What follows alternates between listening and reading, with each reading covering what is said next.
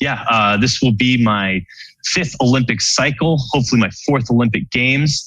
At the last Games, got silver in singles, first non-European man to do that in my discipline. This time around, teamed up with Jason, we're going for singles and doubles. That's only been done once before, winning a medal in both disciplines, and that happened back in the 70s. So that was when the sport was totally different. Honestly, felt so good coming into the season. We have all new equipment that we are just really psyched about. Day 2 in Russia, unfortunately, hit a wall, didn't even crash, and shattered a couple toes, and just found out also have a crack in my ankle. So it's just a lot of fun. So we're didn't start out the season on a high note, but that's okay. Everyone loves a good comeback story. We're working hard, and we'll be sliding here in China in just a few weeks with a pretty serious cast.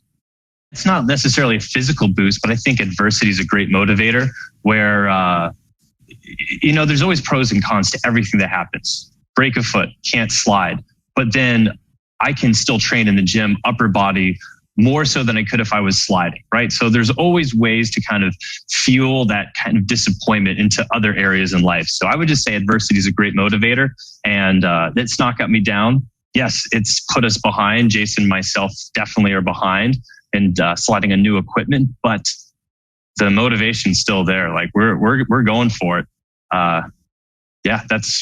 It's a good motivator. Really, the only way to get comfortable with that track is to just get on the track. You got to feel it. You have to understand the pressures. So it's, they'll tell you what it's going to be like, but you have really no idea until you throw yourself down that track. So can't wait. 2 weeks.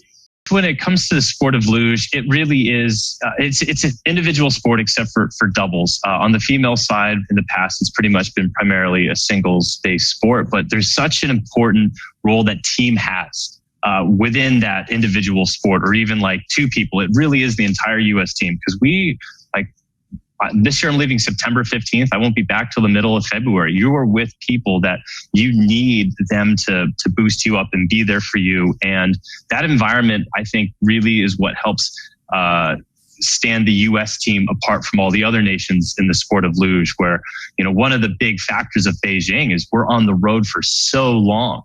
But we've been doing that, and we have such a tight group that other nations, when they get to Beijing, they're going to be 3-4 weeks on the road, and they're going to crumble at that point. And we're like, it's week 10. We're good. We've got a good support group, or, it's a special thing. And I totally understand that, Emily. And I don't think anyone on the team realizes that they do that. They just kind of do that. And that was, I think, the biggest challenge for athletes, was losing that routine.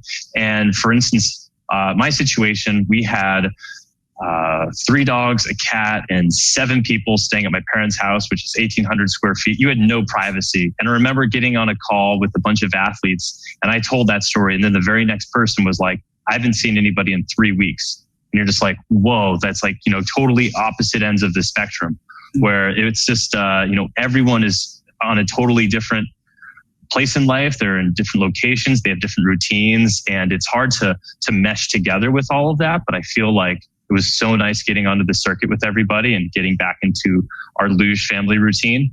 So that was really nice. Wow. Yeah. Let's take it from the top. I do this sport because I absolutely love it. I think it is the most fun. It's ultimate sledding. It's the most fun you can have in the winter. I also honestly think that luge is my medicine. I have like ADHD, and I think that it's the only time I am fully concentrated on a single thing, so it feels good. But there are risks involved. And I think luge has taught me how to handle fear and understanding that you're taking a calculation. But if you do this your entire life, I have 20 years of experience where, yes, I know something bad can happen.